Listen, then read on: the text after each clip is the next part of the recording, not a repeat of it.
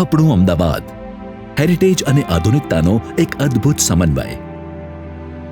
પણ આર્થિક ગતિશીલતાની સાથે વધતું વાહનોનું ભારણ અને અનઅધિકૃત પાર્કિંગ જેવા કેટલાક વહીવટી પડકારો સામે આવવા પણ એટલા જ સ્વાભાવિક છે.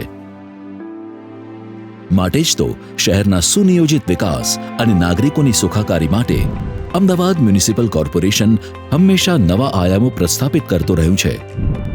વર્તમાન નિયમો અનુસાર જે વ્યવહારિક એકમો મુલાકાતીઓ પાસેથી પાર્કિંગ ચાર્જ વસૂલ કરે છે, તેમની પાસેથી નિયમાનુસાર પ્રોપર્ટી ટેક્સ લેવામાં આવે જ છે. પરંતુ એવું પણ ધ્યાને આવ્યું છે કે શહેરમાં મોલ, થિયેટર, હોટેલ, હોસ્પિટલ અને શૈક્ષણિક સંસ્થાઓ જેવા ઘણા વ્યાવસાયિક એકમો પાસે પાર્કિંગની સુવિધા ઉપલબ્ધ હોવા છતાં ત્યાં આવતા લોકોને આ સુવિધા પૂરી પાડવામાં આવતી નથી. પરિણામે વાહનો બહાર રસ્તાઓ પર પાર્ક થાય છે અને ટ્રાફિકની સમસ્યા ઊભી થાય છે.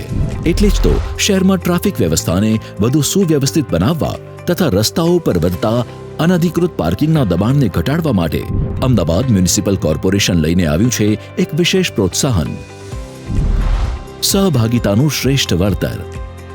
જે વ્યાવસાયિક એકમો પોતાની પાર્કિંગની જગ્યા નાગરિકોના નિઃશુલ્ક ઉપયોગ માટે ઉપલબ્ધ કરાવશે, તેમને જાહેર ઉપયોગ માટે ઉપલબ્ધ કરાવવામાં આવેલા ક્ષેત્રફળના પ્રમાણમાં પ્રોપર્ટી ટેક્સમાં વેરા માફીનો લાભ મળી શકે છે. આ પહેલથી 3 મહત્વપૂર્ણ લાભ થાય છે. નાગરિકોને સુરક્ષિત અને વ્યવસ્થિત પાર્કિંગ મળે છે, રસ્તાઓ પરના અનધિકૃત પાર્કિંગમાં ઘટાડો થાય છે અને શહેરની ટ્રાફિક વ્યવસ્થા વધુ સુવ્યવસ્થિત બને છે. આ પહેલમાં જોડાવા માટે સૌપ્રથમ એએમસીની વેબસાઇટ પર જાઓ અથવા દર્શાવેલ QR કોડ સ્કેન કરો. ત્યારબાદ પબ્લિક ઇન્ફોર્મેશન એસ્ટેટ અંતર્ગત ઉપલબ્ધ parking availability and sharing consent form ભરો. ચાલો તેની પ્રક્રિયા સમજીએ. સૌપ્રથમ આપનો ઝોન અને વોર્ડ પસંદ કરો. ત્યારબાદ પ્રોપર્ટી ટાઈપ પસંદ કરીને property tax tenement number, owner અથવા ઓથોરાઇઝ્ડ રિપ્રેઝેન્ટેટિવનું નામ અને સંપર્ક નંબર જેવી જરૂરી વિગતો દાખલ કરો. ત્યારબાદ મિલકતનું સંપૂર્ણ સરનામું અને સ્થાન સંબંધિત વિગતો ભરવાની રહેશે.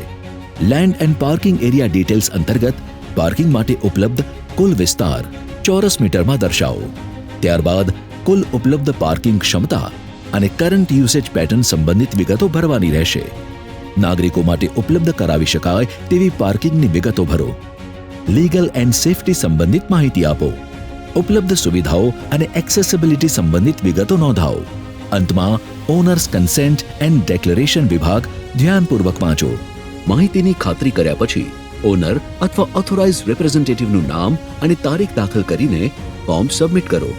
પાર્કિંગના સંચાલન માટે જવાબદાર વ્યક્તિની નિમણૂક કરો અને અમદા પાર્ક એપ દ્વારા પાર્કિંગ બુક કરવાની સુવિધા આપો તથા જરૂરી સાઇનેજીસ અને પાર્કિંગ બેની વ્યવસ્થા સુનિશ્ચિત કરો. જો કોઈ વ્યવસાયિક એકમ વેરા માફીનો લાભ લેવા ઈચ્છતું ન હોય તો તેને નિયત સમય મર્યાદામાં એએમસીના પોર્ટલ પર સેલ્ફ એસેસમેન્ટ મોડ્યુલ દ્વારા વિગતો સબમિટ કરવાની રહેશે. આ પહેલ માત્ર ટેક્સ રાહત મેળવવાની તક નથી.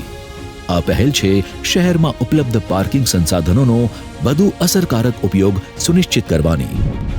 આપનો એક નિર્ણય શહેરની હજારો મુસાફરીઓને વધુ સુગમ બનાવી શકે છે. સહભાગિતાનું શ્રેષ્ઠ વળતર, સુવ્યવસ્થિત પાર્કિંગ, સરળ આવન જાવન.